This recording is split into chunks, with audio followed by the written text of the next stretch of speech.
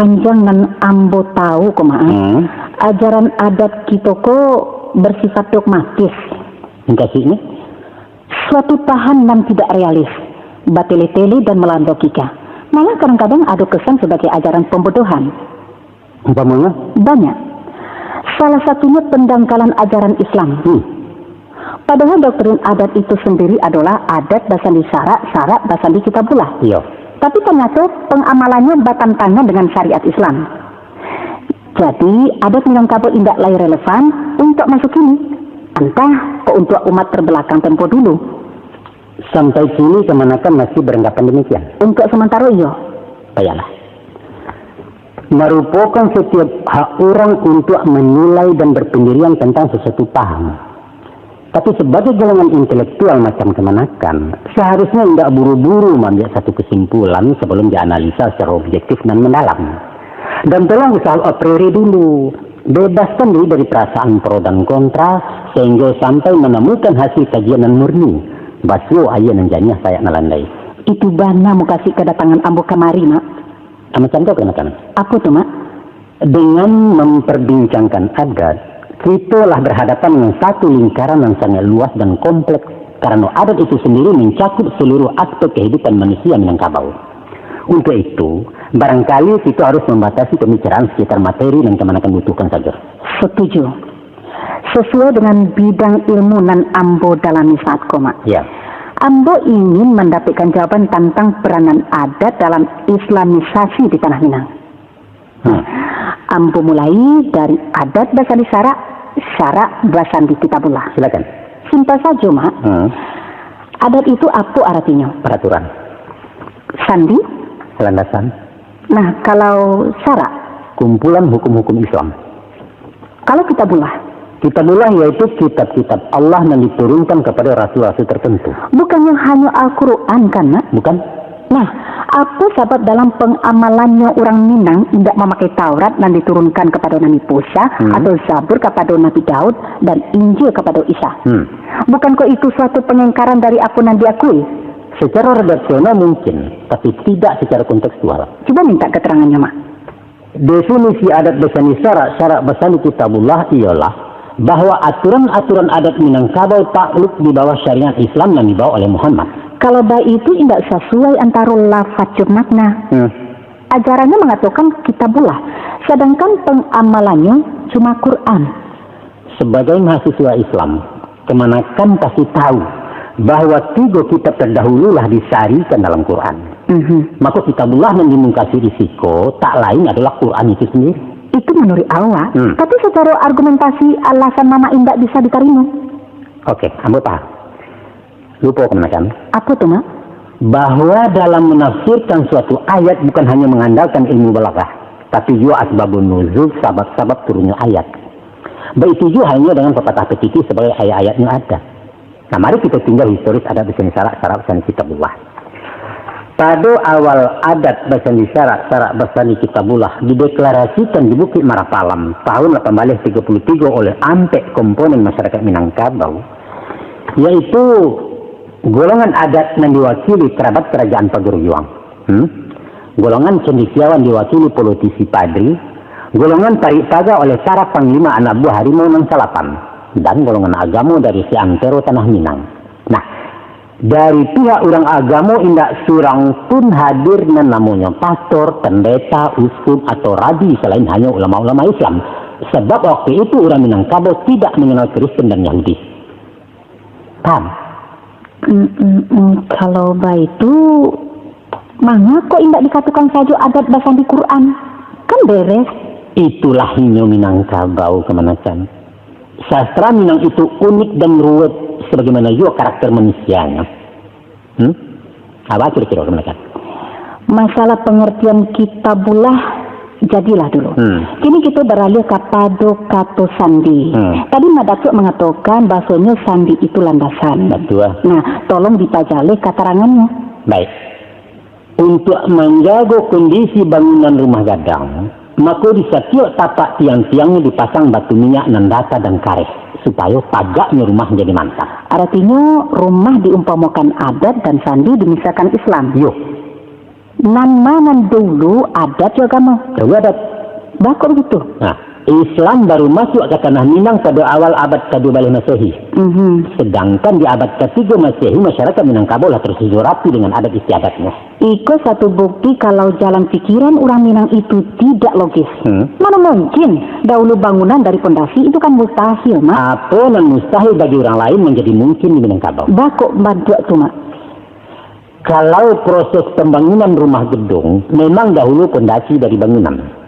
Tapi arsitektur rumah gadang membuatnya tabaliak. Yaitu waktu merakit pakai nalah tagak di posisinya masing-masing. Maka tunggak-tunggaknya sangatnya digantung tidak menyentuh tanah. Barulah sesudah sempurna tagak karang ke rumah disusulkan batu picak sebagai pondasi. Di mana tak ada logisnya? Katanya Mamat Teh. Oh, baik tuh. Ayo betul. Kalaulah adat basandi syarat-syarat basandi kita bulah itu diamalkan, maka bajalanlah syariat Islam di tengah-tengah masyarakat Minangkabau. Iya. Tapi ternyata orang awak tidak konsisten berpendirian. Orang Minang alun memeluk Islam sajaro kaafah. Masih sakarik-sakarik nan mana cocok di selero. Tapi kok rasa kapai dimutakan. Coba gue contoh. Papatah nan mengatakan, itu dia solapuk janji dia semukia. Apa itu tidak melawan hukum Islam dan mewajibkan menepati janji? Kok malah orang Minang membiasakan barang dan dilarang? Itu namanya kan engkar. Karena orang fasik. Salah kaprah. Tapi secara terang-terangan papatah itu melegakan orang memungkiri janji kan, Mak? Itu bukan pembenaran, Pia. Tapi peringatan. Seolah-olah pepatah itu mengatakan, awas kalau kamu barang, paresu dulu jembatannya. Bahasa babera itu, dek memang jembatan itu biasa lapuk. Usahkan jembatan batang karambi, ya jembatan basi pun bisa pakai. Betul. Atau hati-hati kalau berjanji. Kalau tidak bisa menepati janji, lebih baik isyarat janji. Sebab cenderung bana manusia aku mengukiri janji. Sampai Nabi Adam pun mengukir janji untuk tidak memakan buah hudi.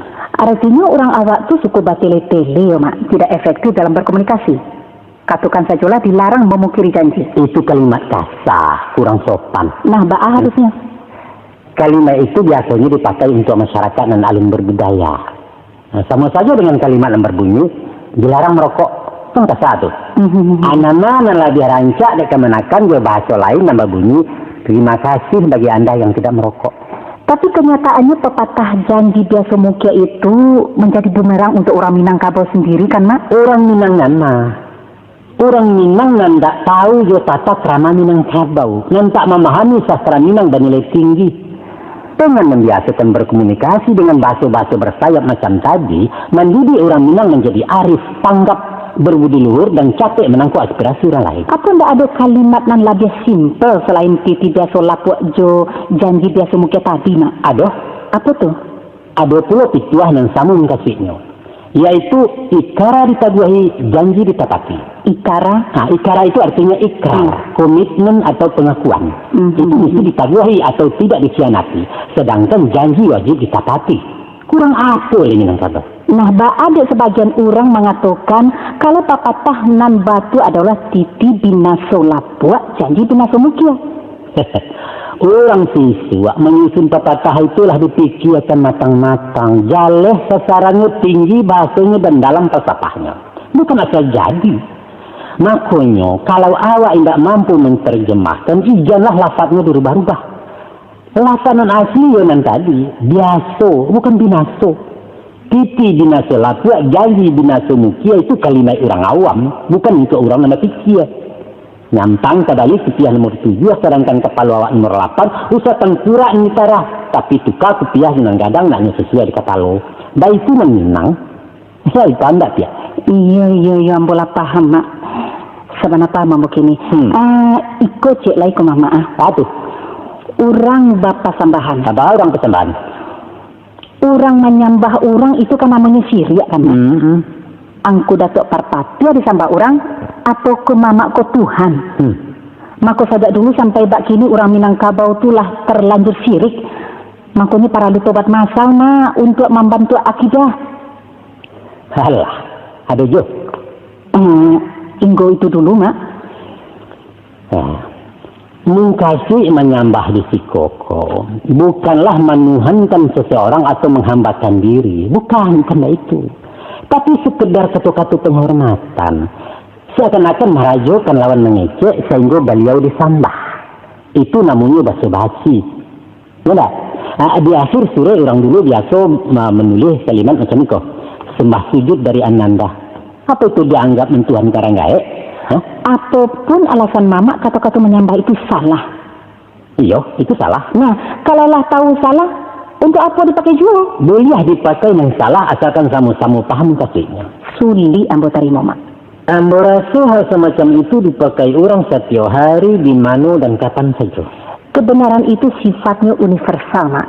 Yang benar itu benar, yang salah tetap salah. Nah, tidak boleh diagu-agu. Maaf teman-teman. Sebenarnya ikut pelajaran anak SD, bukan porsinya mahasiswa. Tapi apa boleh buat, tapasu mama ungkapkan supaya jangan salah persepsi tentang Minangkabau. Kini giliran mama katanya, pernah ndak kemanakan mencari orang sembayang di musaji? Di musaji memang sampai orang sembayang, mak. Bukan musaji namanya kalau dipakai orang untuk sembayang. Iko mama serius atau bagara? Astagfirullah. Nak perpati alun lepikun kemenakan. Tapi ambo alun paham tujuan kata-kata mama tadi. Pernah enggak kemenakan mencari orang menggunting baju? Ajo. Orang gila atau orang waras? Iya orang waras. Mama yakin kalau tukang jahit menggunting bahan kain untuk dijadikan baju, bukan menggunting baju nah sudah. Ya dah. Batua juga, mak. Bukan batua juga, tapi sebenarnya batua. Nah, adapun kata-kata memasak nasi, membuat tapuang, membuka lapau sadonya kata-kata salah. Tapi tidak sama-sama paham antara mengecek dan mendanya, apa yang salah menjadi batua. Umpama tadi orang sembahyang musajid, nan batua adalah salat. Sebab sembahyang artinya menyembah hiang, artinya dewa. Kok nak salat musajid, kena sembahyang kayak kelenteng. Lah, mungkin mak. Lah mengerti dana mungkin itu. Kata-kata 1001 menyatakan jumlah nasanya banyak. Yo. Padahal barangkali tidak sampai 10 kan mantuk tu mak. 1001 masalah nak dipikirkan. Oleh sebab itu, tunggu dulu menilai Minang itu kuno, tidak relevan, bertele-tele dan lain sebagainya sebelum dia pelajari bana bahasa Minang yang syarik dengan misteri dan teka-teki. Mandangnya pepatah syarak batilanjang adaptasi sambiang. Ada kesan seolah-olah adat itu lebih sopan dari agama. Atau boleh juga dikatakan semacam pelecehan dan merendahkan Islam. Nah, komentar mama? Itu hanya sebagai gambaran perbedaan karakter antara adat dan Islam. Bahwa seluruh pesan syarak itu disampaikan dengan bahasa lugas, tegas, transparan. Tidak ada yang tersembunyi atau ditutup-tutupi. Itu yang dimengkasih jobati lanjang. Sedangkan adat basi sampiang atau pakai kain artinya serba tertutup dan ajarannya memakai kalimat-kalimat tersamar. Orang Minang lebih cenderung mempergunakan kata kiasan, malerang, baumpamo, bahandai-handai, bamisa, jubai-barai. Ukuran martabat seseorang dalam pergaulan ditentukan oleh sejauh mana kemampuannya berdialog dengan bahasa sindiran yang dianggap lebih halus. Umpamanya apa? Islam mengatakan la taqrabu zina, jangan kamu dekati zina. Tapi orang awak mengatakan usah burak roman salah cando, sumbang pandangan matu. Tujuannya sama, yaitu menjauhkan diri dari sesuatu yang mengarah kepada perbuatan asusila. Jadi, istilah bati lanjang itu bukan pelecehan dan merusak citra Islam. Bukan. Harus hati-hati memahami ragam Bapak Minang itu sendiri.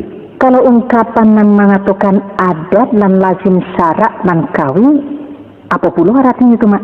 Lazim dan kawi itu bahasa Arab. Lazim artinya biasa dan kawi maknanya kuat. Mengkasihnya atau mengkasihnya niko.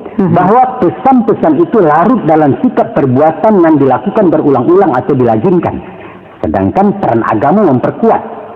Dalam arti menjadi motivasi dalam kelaziman adat. Di sikau nampak persenyawaan dua ajaran bumi dan langit. Atau hukum-hukum produk hasil upaya manusia dan hukum-hukum yang datang dari Allah. Kalau baik itu posisi syarak di belakang adat.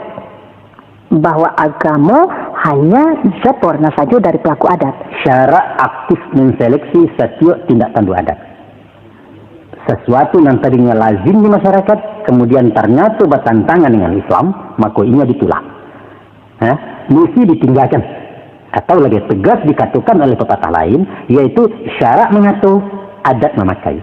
Apa yang dikehendaki Islam untuk kemaslahatan umat harus diundangkan oleh adat, dibuat peraturan-peraturan baru dan menyampaikan misi Islam. Umpamanya, Mak? Umpama, lahirnya adat berkesenian dan menamo salawat dulang, yaitu membaca salawat Nabi dalam lagu berirama Minang dengan mempergunakan dulang atau talam sebagai alat instrumennya. Nah, itu juga kesenian badikia. Bikia itu berasal dari kata zikir. Berzikir atau badikia dalam dialek Minangkabau. Sebaliknya, kesenian berbau judi yang diharamkan tidak boleh dipakai. Dulu ada namanya babigia, yaitu lomba basiluri pidia menembak ayam yang dipawikan di satu tiang di tanah lapang. Inilah jarang tuh. Bakut dilarang, Mak. Pertama, menyiksa binatang dan dagingnya haram karena mati tanpa didabiah. Yang kedua, perbuatan bataruah dan nyatu-nyatu sifatnya judi dan diharamkan. Baik itu juga halnya dengan madu ayam, badadu, dan minum tua. Kalau itu, apa sebab tidak dilarang permainan pacu kudo yang menjadi sarana perjudian? Balomba pacu kudo itu tidak perlu dilarang. Sebab hukumnya mubah saja. Tidak ada sanksi hukumnya. Boleh saja. Nah, aku cerai, Mak. Ba'a dengan praktek bataruah. Apa itu bukan judi? Itu yang mesti ditinggalkan. Kalau memang serius membasmi judi, larang saja pacu kudo. Karena itu kan cara maksiat, Mak. Tidak mungkin. Baku tidak mungkin deh, Mama. Umpama orang mempergunakan pisau untuk membunuh. Apa perlu beri pisau? Kan tidak. Tanpa mempergunakan pisau pun pembunuhan bisa saja terjadi. Nah, ba'a dengan permainan madu kabau. Di situ kan orang bajudi sambil menyiksa binatang, kan, Mak? Apa bedanya jasa pengayam? Itu perbuatan menyimpang dan mesti diluruskan. Sampai hari ku orang masih saja madu kabau nampak dembo. Ba'a mako indak luri-luri juwo. Itu wewenang minyak mama dan pemerintah setempat. Dan itu di luar konteks pembicaraan kita. Mama igan lari dari kenyataan. Bagaimanapun, madu kabau itu diadukan sekali dalam seminggu di tempat resmi. Apa itu bukan lelaziman? Sedangkan kata mama tadi, adat nan lazim, syarak nan kawi. Macam kau kenakan. Ba'a tuh, Mak. Proses islamisasi di Minangkabau masih berjalan dan tetap akan berjalan. Kalaupun basuyo praktik-praktik yang menyimpang dari ajaran Islam, itulah bangkalai yang mesti kita sudahkan. Berjalan tentu tidak selangkah sampai memanjuang tidak sepakuat putih. InsyaAllah doktrin adat bersani syarat-syarat bersani kitabullah atau adat na lazim syarat nangkawi tidak hanya sebagai retorika tanpa makna, tapi diaplikasikan dalam setiap perilaku orang Minangkabau. Ya tergantung kepada kemauan dan kemampuan kita bersama. Kami tunggu, Mak. Bukan hanya menunggu dan musah bahkan kami. Setiap komponen dalam masyarakat wajib berperan aktif dalam menegakkan amar ma'ruf nahi munkar, termasuk kemenakan mahasiswa sebagai generasi penerus Minangkabau.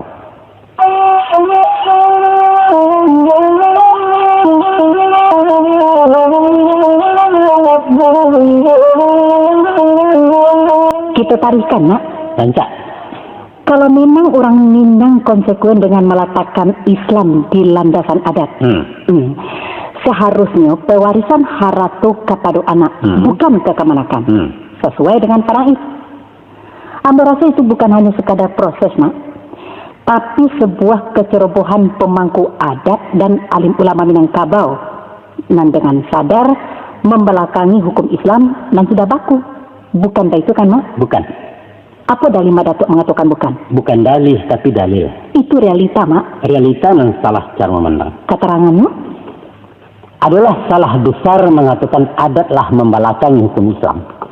Faraidlah diberlakukan sejak dulu sesuai dengan jenis harta yang dikategorikan agama. Adapun harta yang diwariskan kepada kemenakan itu adalah harta pusaka tinggi, milik komunal, milik orang banyak.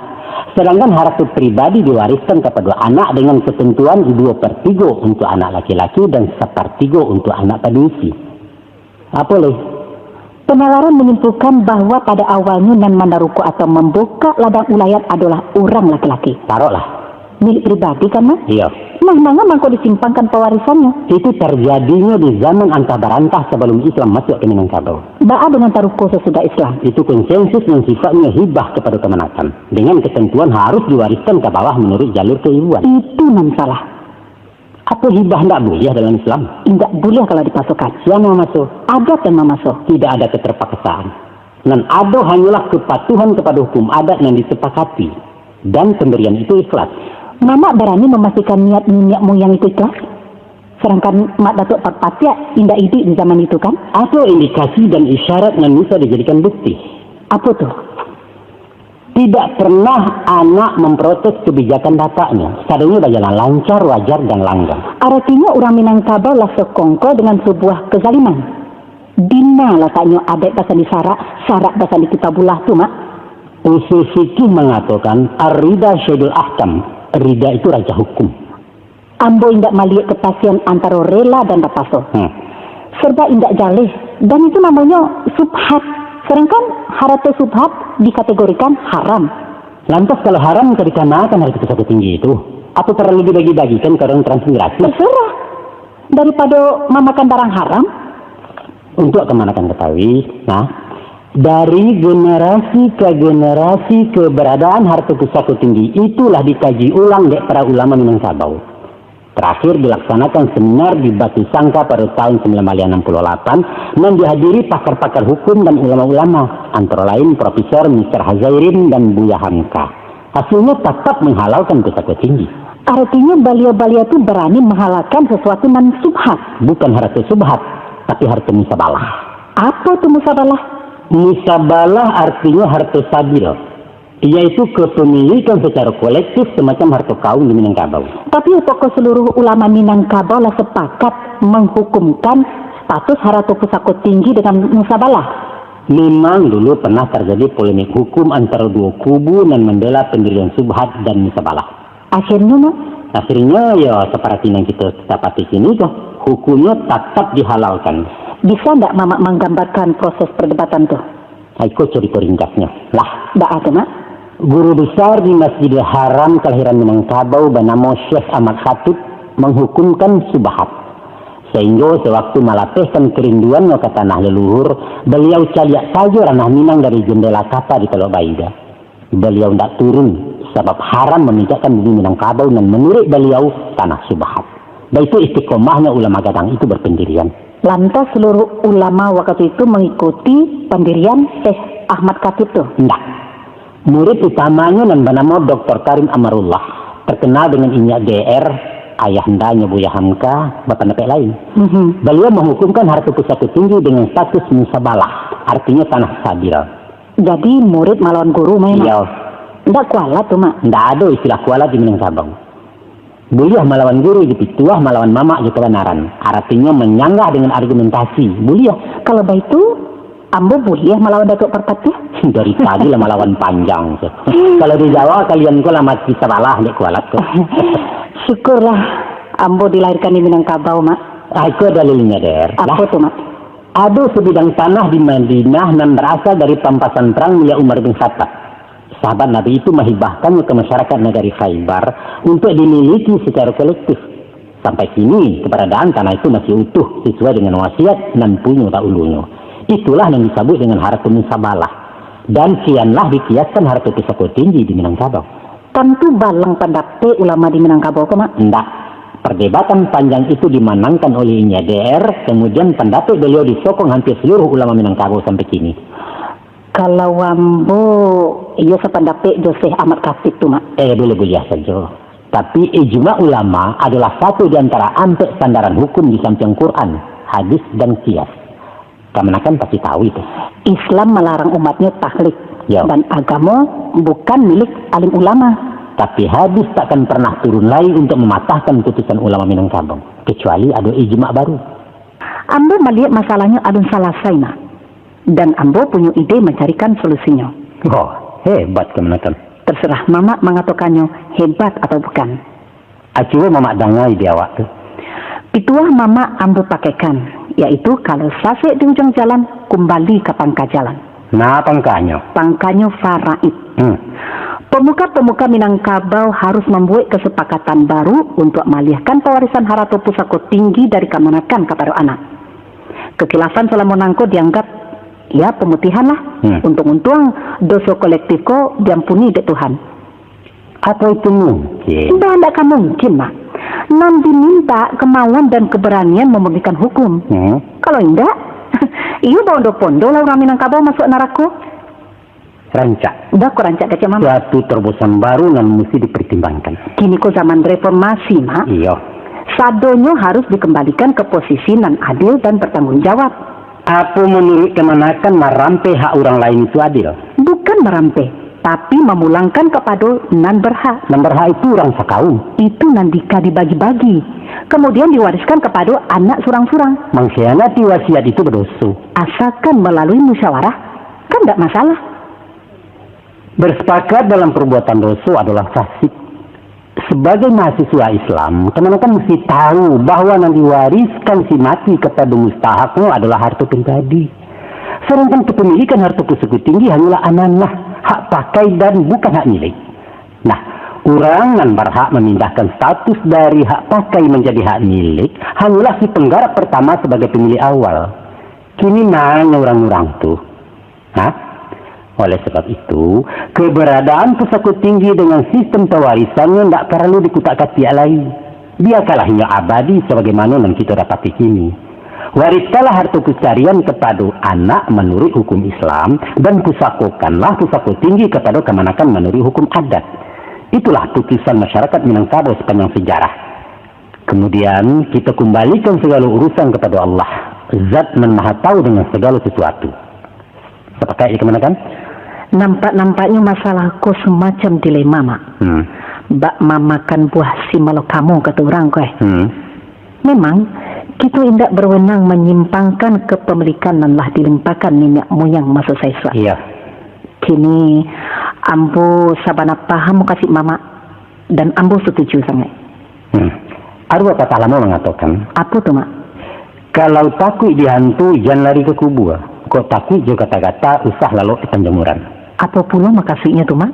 Usah mencari barang yang elok melalui jalanan buruan. Malah akan memperparah penyakit. Kalau menurut usul fikih, menghindarkan kemudaratan lebih diutamakan dari mencapai kemungkaran. Nah, kan ya itulah. Adat sairiang jogamu. Itulah inti sarinya adat besani syarat pesan di kitabullah. Terima kasih, Mak. Kini pandangan ambo mulai berubah ke Minangkabau.